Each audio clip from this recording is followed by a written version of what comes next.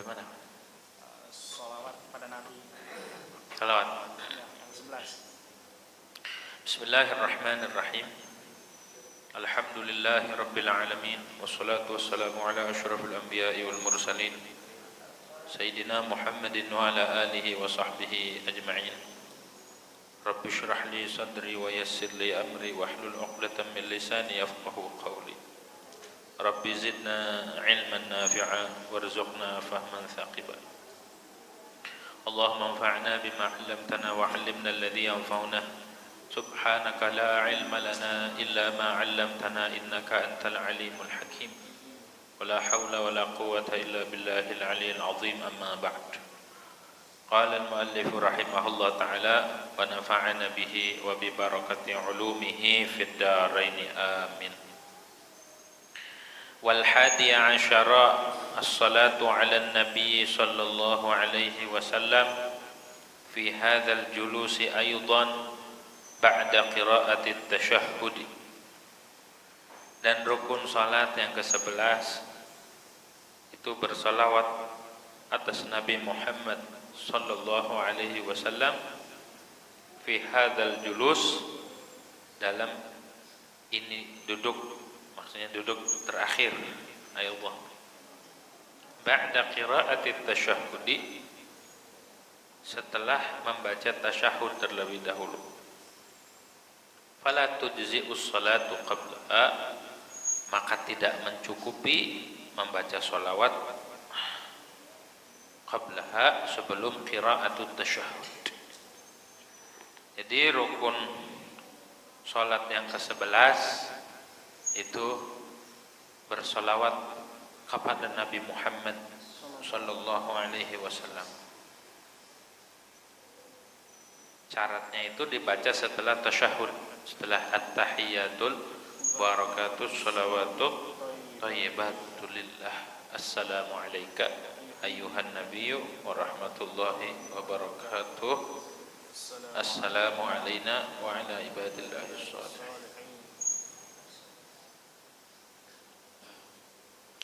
Nah, kenapa sih harus bersolawat kepada Rasulullah SAW? Karena Nabi ketika mendapatkan salam dari Allah, harusnya Nabi itu memprioritaskan dirinya, tapi Nabi tidak. Nabi membagi-bagi salam itu ketika Nabi Mi'raj, mendapatkan perintah sholat 5 waktu. Ketika Nabi mendapatkan salam dari Allah, Nabi bagi-bagi kepada umatnya, terkhusus kepada hamba-hamba Allah yang saleh. Maka dari itu harusnya kita beruntung.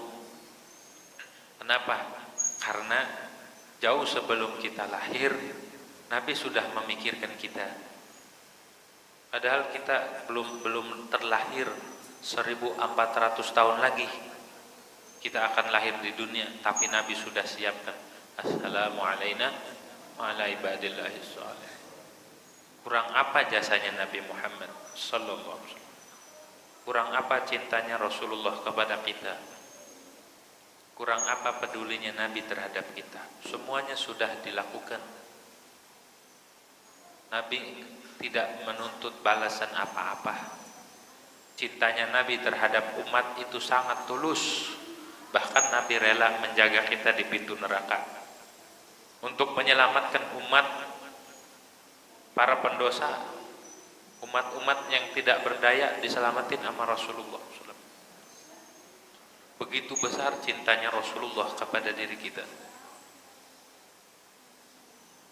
Sejauh itu Nabi memikirkan. Namun tanyakan ke dalam diri kita, di lubuk hati yang terdalam, apa yang kita lakukan buat Rasulullah? Apakah balasan cinta? Apakah kita sudah menanamkan cinta kepada Rasulullah, atau sebaliknya justru kita melukai hati Nabi, melukai perasaan Nabi? Segitu sayangnya Nabi, sampai di hadapan Allah pun yang dipikirkan adalah umatnya. Nabi tidak memikirkan dirinya, yang dipikirkan adalah umat. Sampai membagi-bagi salam yang teramat istimewa, hadiah teristimewa dalam hidup Nabi. Ketika Nabi mendapatkan salam Dapat khitab salam dari Allah Subhanahu wa taala yang menutupi salamnya makhluk seluruh dunia. Salam terbaik yang pernah ada itu salamnya Allah kepada Nabi Muhammad. Maka wajar andaikan kita bersolawat kepada Rasulullah SAW. Andai kita setiap waktu kita buat bersolawat kepada Rasulullah SAW, itu tidak memenuhi hak-hak yang harus kita penuhi untuk Rasulullah SAW. Begitu. Maka dari itu minimal diwajibkan di dalam sholat kita bersolawat kepada Rasulullah. Di luar sholat, menurut mayoritas ulama itu sunnah muakkad, hanya anjuran. Walaupun sebagian ulama ada yang mewajibkan. Gitu. Jadi kesempatan ketika di dalam sholat kita membaca sholawat kepada Nabi Muhammad, karena Nabi sudah memberikan hadiah yang teramat istimewa buat kita. Sholat 5 waktu dan ibadah-ibadah yang lain yang Nabi ajarkan buat umat, juga seluruh ajaran agama yang mengarahkan kita kepada keridhaan Allah Subhanahu wa taala, juga mengarahkan kita kepada surganya Allah Subhanahu wa taala. Tidak ada yang bisa ngejamin kita meninggal dalam keadaan husnul khatimah. Walaupun amalnya banyak, walau ilmunya banyak, tidak ada yang menjamin. Apalagi harta. Andai ilmu banyak, amal banyak, tidak menjamin seorang itu matinya dalam keadaan husnul khatimah. Ada seorang ulama, seorang wali min auliyaillah, namanya Fudail bin Iyad. Beliau punya murid. Muridnya ini ketika sakaratul maut itu ditalqin la ilaha illallah, tidak mau mengucapkan. Padahal ngaji, rajin ngajinya. Tapi pas meninggal disuruh mengucapkan la ilaha, tidak mau. Bahkan dia ingkar. Sampai wafat. Akhirnya gurunya nangis. Kenapa? Karena tidak bisa menyelamatkan nasib muridnya. Meninggalnya dalam keadaan su'ul khatimah waliyadzubillah. Akhirnya nangis, ditanya salah satu keluarganya, apa sebabnya ini bocah? Padahal nyantrinya rajin, sholatnya rajin, puasanya rajin, ngajinya juga sungguh-sungguh, tapi kenapa dia sampai lepas imannya? Kata saudaranya, dulu dia sakit. Pas sakit tuh ada seorang dokter Yahudi nganjurin dia untuk minum khamar, obat. Kalau pengen sembuh, dia harus minum khamar. Awalnya menolak, tapi karena nggak ada lagi jalan, akhirnya dilakuin tuh. Yang kedua, dia suka mengadu domba. Bukan domba diadu, bukan. Artinya memecah belah umat, mancing keributan. Jadi ini diadu, biar pecah, dijelek-jelekin di orang, biar orang pada benci. Ini salah satu hal yang menyebabkan orang matinya dalam keadaan su'ul khatimah. Karena su'udzon akhirnya timbulnya. Dirinya aja su'udzon nggak baik, apalagi membuat orang su'udzon, nggak boleh. Yang ada itu kalau ada kesalahan orang kita tutupin, bukan diumbar biar orang ikut benci. Nggak boleh, itu sebabnya orang meninggal dalam keadaan su'ul khatimah. Nauzubillahi min dzalik. Nggak ada yang bisa ngejamin. Kata Imam Haddad, al-imanu syajaratun sabitatun fi ardil qalbi. Iman itu seperti pohon yang menancap di hati, di tanah hati. Jadi hati yang dibaring di tanah. Iman. Wal i'tiqadat wal ma'ariful imaniyatu bimanzilatil usul wal uruq litilka syajarah. Dan keyakinan-keyakinan, akidah-akidah tauhid maksudnya, dan pengetahuan-pengetahuan yang bangsa iman itu seperti akar pohon dan cabang-cabang akarnya. Wal akhlaqul mahmudatu wal a'malus salihatu bimanzilati furu'iha wal ghusun laha.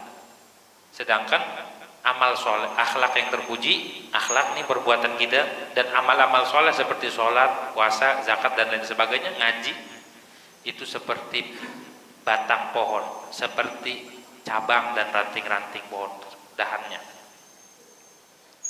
Wa mithalul maut wa ma ya'rudu 'indahu min al-fitani wa yahsulu biwasitatihi min shiddatil alam kasailil qawil alladhi yajri ala asli syajar. Dan perumpamaan kematian itu kan pasti, semua kita pasti bakal mati ya, satu kepastian, mau ngelak kayak gimana pasti mati, mau orang kaya, orang miskin, orang mukmin, orang kafir, ahli taat, ahli maksiat, semua bakal mati, mau laki mau perempuan bakal mati.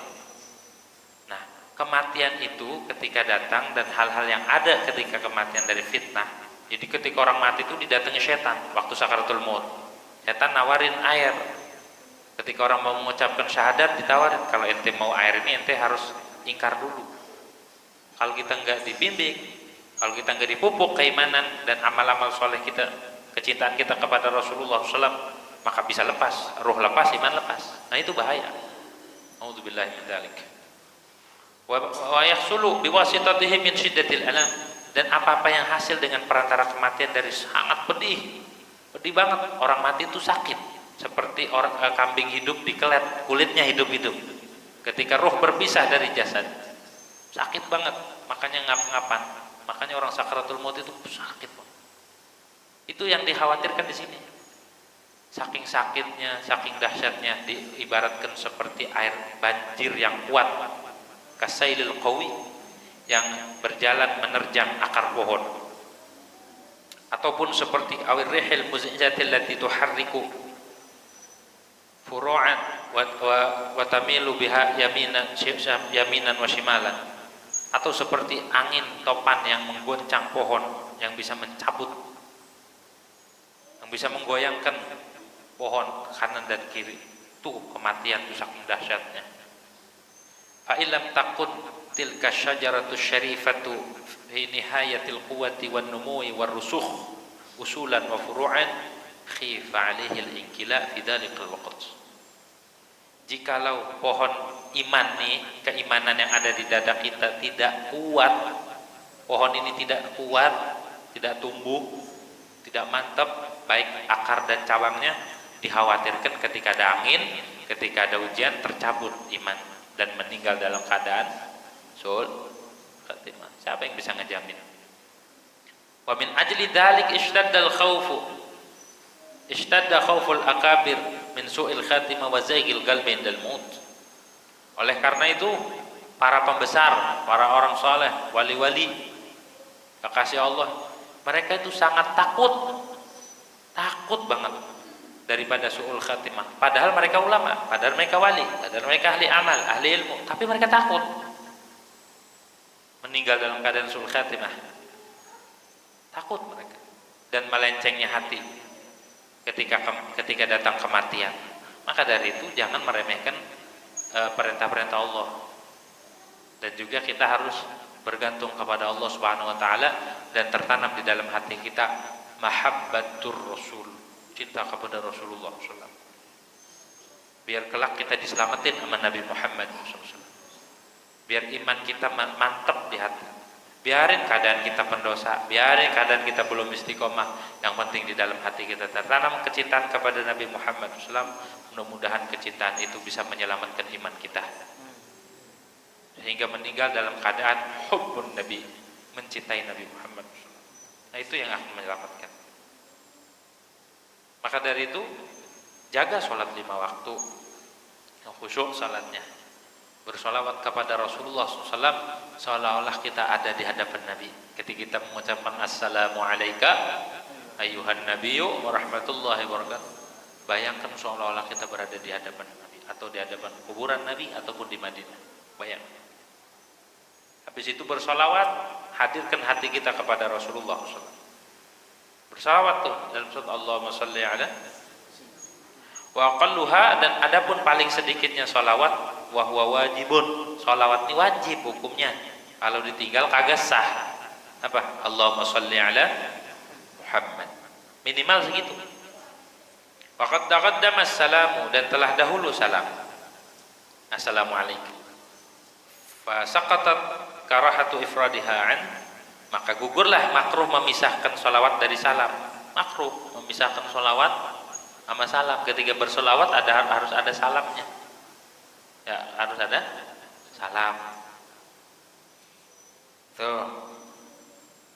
Kecuali bila mana warid dari Nabi sholawatnya, seperti sholawat ummi, nggak ada salamnya, nggak apa-apa. Kedua, sholawatnya malaikat, nggak apa-apa. Ketiga, ketika bersolawat atau bersalam di hadapan Nabi itu mau walaupun dipisah nggak apa-apa. Ya, selain itu makruh. Tapi di sini kok nggak ada salamnya, kan udah duluan, maka nggak makruh. Ala anna mahallaha fi ghairi ma warada min asy-syari'. Makruh juga posisinya pada selain sesuatu yang warid daripada syari' tadi itu ya. Kalau emang sholawatnya dari Rasul nggak ada salamnya, nggak apa-apa. Wa akmaluha, dan adapun paling sempurnanya sholawat mazkurun fil mutawalat, itu disebutkan di dalam kitab yang panjang pembahasannya. Wa huwa, adapun yang paling sempurna itu Allahumma sholli ala Muhammad abdika wa rasulika nabiyil ummi wa ala ali Muhammad wa azwajihi wa dzurriyyatihi kama shallaita ala Ibrahim wa ala ali Ibrahim wa barik ala Muhammad wa ala ali Muhammad wa azwajihi wa dzurriyyatihi kama barakta ala sayyidina Ibrahim wa ala ali Ibrahim fil alamin innaka Hamidum Majid. Ini paling utama, sholawat Ibrahimiyah.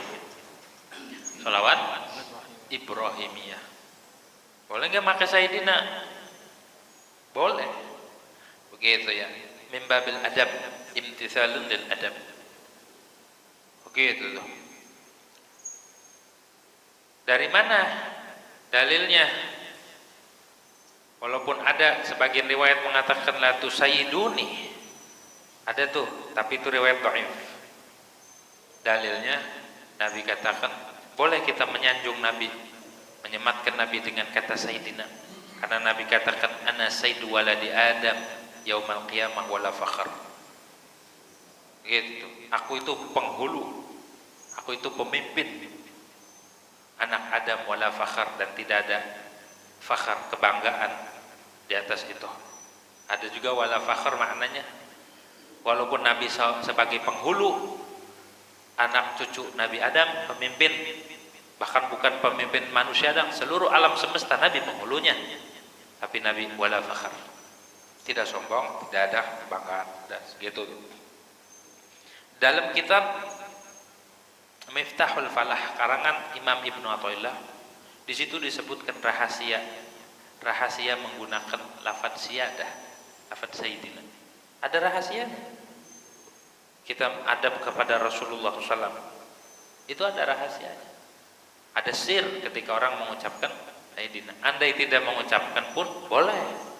Begitu ya. Andai mengucapkan tidak disalahkan. Begitu tuh. Karena min babil adab.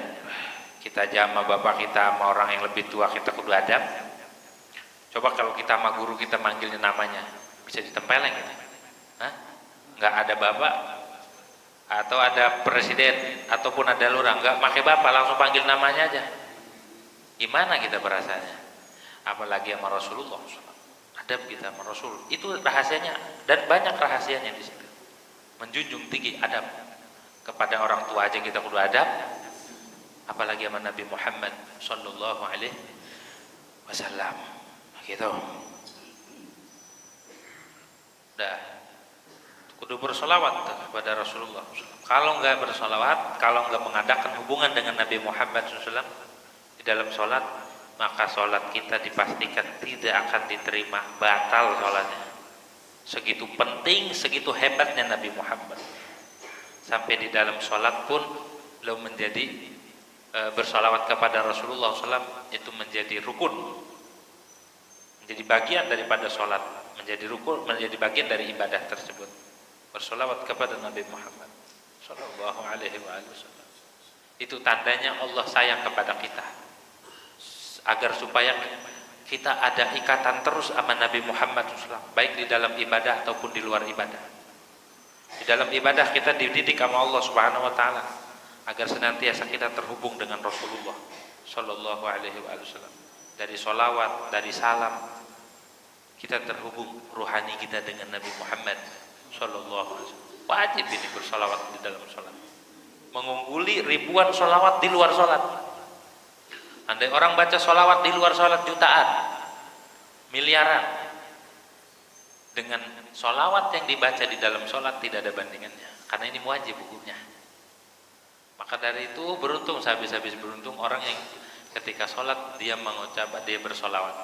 Ketika sholat dia tidak lepas hubungannya dengan Nabi Muhammad Sallallahu alaihi wasallam. Ada rahasia di dalam bersolawat kepada Rasulullah Sallallahu alaihi wasallam, menguatkan hubungan kita. Jadi setiap sehari semalam dianjurkan sholat berapa kali? 5 ya, 5 waktu ya. Nah di dalam 5 waktu itu kita wajib membaca sholawat kepada Nabi Muhammad SAW. Jadi sehari semalam yang wajibnya berapa? 5 kali. Kalau orang benar-benar cinta sama Nabi, di sholat, ketika sholat sunnah dia bersolawat gak? Tahiyat sholawat. Tuh begitu tuh. Jadi sholawat yang dibaca di dalam sholat itu paling mulia, paling utama, paling afdol. Karena satu, dia lagi beradakan hubungan dengan Allah Subhanahu wa taala. Kedua, dalam keadaan berwudu. Ketiga, dalam keadaan dia menghadap kiblat. Pakai adab orang sholat. Jadi waktu bersolawatnya dia benar-benar penuh dengan adab. Paling afdolnya solawat adalah solawat yang dibaca di dalam sholat. Gitu ya, paling afdol tuh. Menandingi ribuan atau sigot solawat yang lain. Solawat yang dibaca di dalam sholat, apapun bentuknya. Tapi ulama memilih yang paling afdol adalah solawat Ibrahimiyah. Afdolnya solawatnya. Nah, itu rahasianya. Kita harus bersolawat. Wathani asyar, dan yang ke-12, rukun yang ke-12, at-taslimatul ula, salam pertama kita mengucapkan assalamualaikum warahmatullah. Segitu tuh wajibnya. Assalamualaikum warahmatullah. Assalamualaikum doang tuh wajib. Gitu ya. Wajib tuh. Wal wajibu fiha assalamualaikum. Dan yang wajib di dalam salam itu adalah assalamualaikum. Udah kelar sholat, assalamualaikum. Wa yujzi'u, dan mencukupi dibalik alaikumussalam, tapi makruh ma'al karahati, beserta dibalik dia alaikumussalam. Dibalik ini kayaknya habis makan kecubung ini. Masa salamnya dibalik? Gak apa-apa. Tapi makruh. Assalamualaikum warahmatullahi wabarakatuh. Wasunnatu, adapun sunnahnya an yazida warahmatullah, menambahkan warahmatullah. Sunnah seseorang yang sholat nambahin rahmatullah. Rukun nih, rukun qauli namanya. Rukun qauli itu takbiratul ihram, terus Fatihah, tasyahud, sholawat, sama salam. Ada berapa? Ada 5. Ini rukun qauli. Begitu ya. Jadi pas salam sampai warahmatullah. Wala tusannu ziyadatu wa barakatuh, dan tidak disunahkan menambahkan wa barakatuh kalau di dalam setelah salat. Pas di dalam salat assalamualaikum warahmatullah, segitu aja. Oke, sebentar, ada caranya ada. Wa in waradat min iddati turuqin, walaupun datang dari beberapa riwayat ada, tapi tidak disunahkan. Begitu ya. Tidak disunahkan wa barakatuh sampai warahmatullah. Wa an yusallima taslimatal ula alal yamin, dan bahwa sunnah lagi Bersalam akan salam yang pertama alal yamini, atas sebelah kanan. Pas nengok sebelah kanan disunahkan untuk pas salam dia nengok sebelah kanan. Assalamualaikum warahmatullah. Jadi hukumnya itu bareng. Assalamualaikum warahmatullah. Di dalam kitab Tuhfah, Fathul Muin dan lain sebagainya. Di dalam kitab Busyr Karim pun sama. Tapi pada praktek ulama-ulama Hadramaut, mereka itu tidak nengok kecuali setelah mengucapkan mimis salam. Assalamualaikum warahmatullah. Jadi udah hukum selesai, dia baru nengok. Tapi di ibarat-ibarat kitabnya bareng mim salam dengan nengok. Assalamualaikum warahmatullah. Sunnahnya ntar kelihatan khad deh. Kelihatan pipi, kelihatan mata kita dari belakang sampai begitu. Jangan bergeser dadanya, kalau bergeser batal. Wa an yusallima ba'daha taslimatan tsaniyatan 'ala shimal, dan bahwa seseorang itu bersalam setelah salam pertama akan salam kedua atas sebelah kiri. Alam sunnah. Jadi setelah salam pertama kemudian berhenti baru salam kedua. Jangan langsung jangan langsung dibelokin. Assalamualaikum. Assalamualaikum. Salah. Yang benar itu assalamualaikum warahmatullahi. Diam dulu ke depan, baru assalamualaikum warahmatullahi. Sunnah kita niat memberi salam kepada yang kanan, dan ketika kiri memberi salam atau menjawab salam kepada yang sebelah kiri sampai yang ada di kutub utara dan kutub selatan.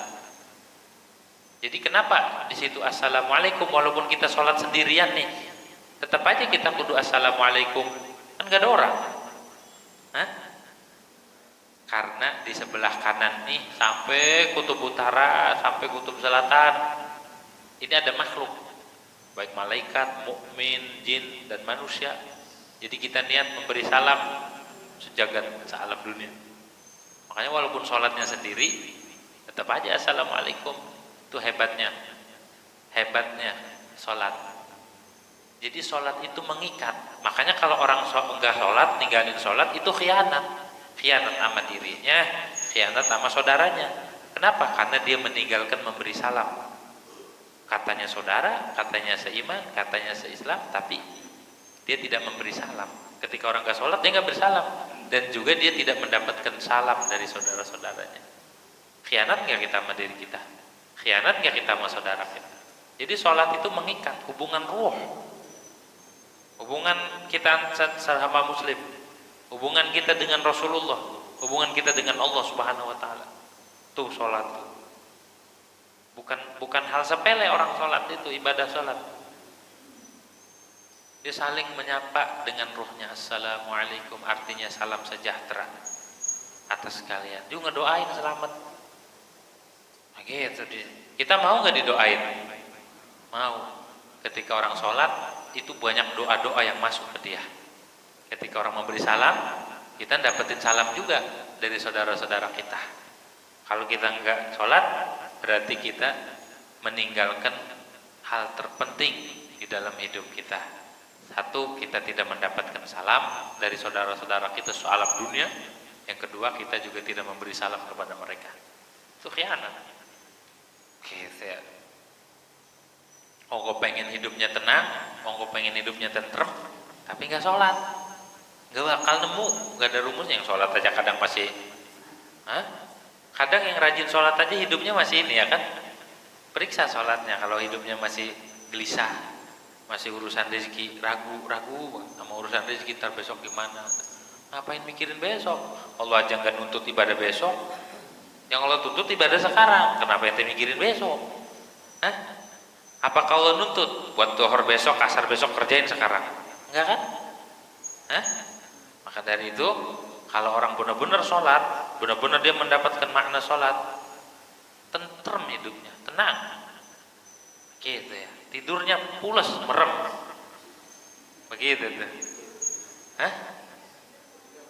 Oh, tidur merem ya.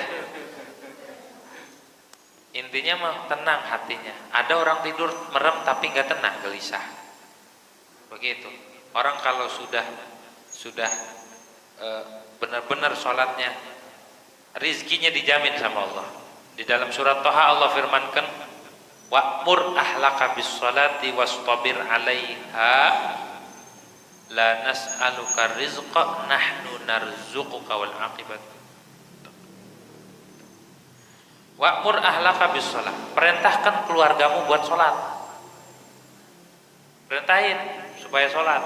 Wastabir 'alaiha, sabar, sholat mah jangan keburu-buru. Begitu, habis sholat tuh diam dulu nih, bukan habis sholat doang. Ketika orang habis baca zikir, habis baca wirid, baca apa kayak baca Quran, jangan kita minum dulu, jangan kita bergerak, jangan ngobrol, diam selama 5 menit kurang lebih. Agar apa? Agar efek ibadah yang kita lakukan dia beroperasi ke tubuh kita dulu. Ibarat obat mah, obatnya itu ada reaksi dulu. Nah kita juga sama, habis ibadah tuh jangan kita beranjak, diam dulu berapa menit ke diam. Kayak habis orang zikir tuh, habis baca la ilaha illallah 1000 atau 100, diam, jangan minum.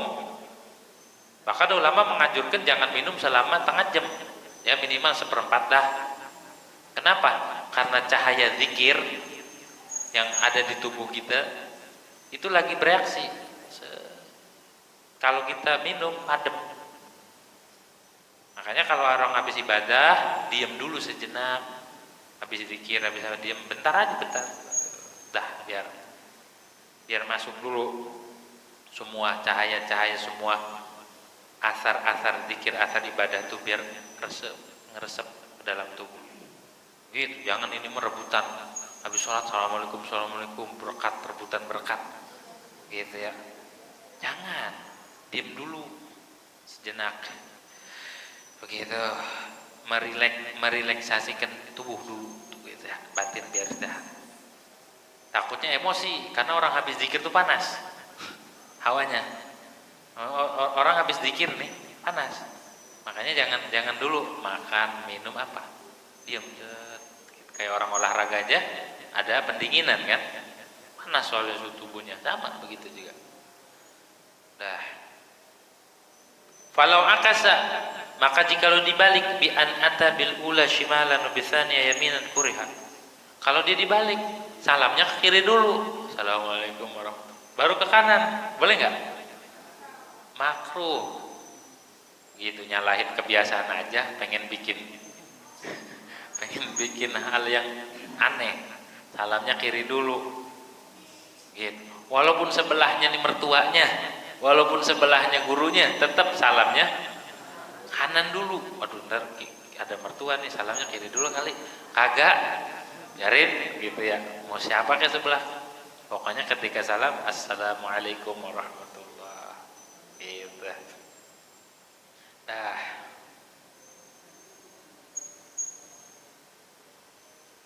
wa an yaltafita ma'a kulli taslimatin ila jihatiha. Dan sunnah juga dia menoleh setelah tiap-tiap salam ke arahnya. Bi ayaltafita fil ula, dengan bahwa dia menoleh pada salam pertama, hatta yara man khalfahu khaddahul aiman faqat, sampai orang yang di belakang dia ngelihat pipinya. Khad itu ini, tapi guru-guru kita waktu di al-Quran biar kelihatan ini yang ini. Jadi ketika nengok, assalamualaikum warahmatullahi. Walaupun di samping kita ada musuh, di belakang kita ada musuh kita, gak saya nengok tetap sunnah nengok, assalamualaikum warahmatullahi. Udah larak lirik itu, assalamualaikum, sampai kelihatan ininya, gitu tuh ya, pipi ataupun ini, assalamualaikum. Tapi awas, dada jangan berubah. Kalau dadanya geser maka batal sebelum mengucapkan mim. Kalau udah mengucapin mim nggak apa-apa, gitu ya. Wa fi tsaniyati hatta yara man wara'ahu khaddahul aisar qat. Dan pada salam yang kedua, sampai orang yang di belakang dia melihat pipi kiri, assalamualaikum warahmatullahi wabarakatuh. Berbagi. Jadi orang sholat mah banyak berbagi.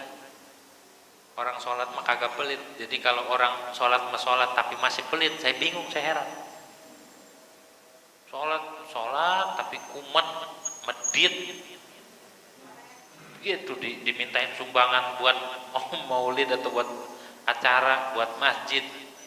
Ngasihnya cuma berapa? Ngomelnya sejam.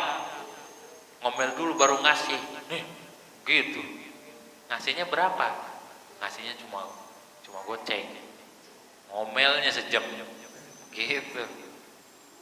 Padahal dia sholat rajin, tapi kok begitu ya? Gitu. Ya udah nggak apa-apa, berarti dia belum memahami atau belum dapat makna sholat. Terus aja istiqomah sholat. Kalau sholatnya diterima juga berubah dewek watak seseorang. Kalau pengen merubah watak kita, sering-sering kita berhubungan dengan Allah Subhanahu Wa Taala. Sering-sering kita berhubungan dengan ahlillah, orang yang dekat sama Allah Subhanahu Wa Taala. Padahal Allah ngajarin ketika sholat itu sering berbagi.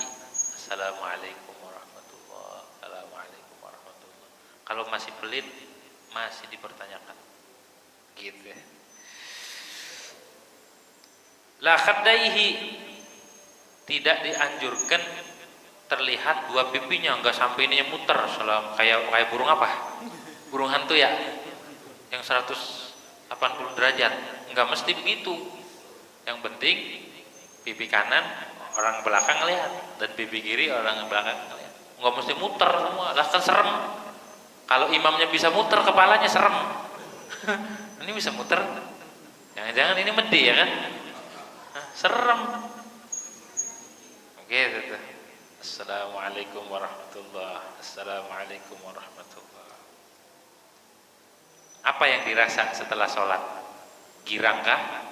Sedihkah? Lapangkah dadanya? Hah? Lapang. Karena kelar ya, imamnya kelamaan baca Yasin. Lapang. Kalau orang alamat dikabul ibadahnya, satu, hati terasa adem dan terasa enteng. Masalah kayak hilang aja. Assalamualaikum warahmatullahi wabarakatuh. Terus gitu ya. Apa yang kita rasa? Kalau masih gelisah, dipertanyakan. Wa yabtadi'us salam fil marrataini mustaqbilal qiblat. Dan memulai seseorang itu akan salam pada dua kali ini sambil madhep kiblat. Pertama, pas memulai wa yunhihi ma'a tamamil iltifat, dan menyelesaikan salam serta sempurnanya nengok. Jadi assalamualaikum, kelar salam kelar nengok. Jangan assalamualaikum baru nengok atau nengok baru assalamualaikum. Jadi bareng. Nyelesainya beserta kelar nengok assalamualaikum. Gitu ya. Kama qalahul Mahalli, sebagaimana berkata akannya oleh Imam Jalaluddin Al-Mahalli. Wal hikmatu fis salami annal musalliya kana masyghulan 'anil nas.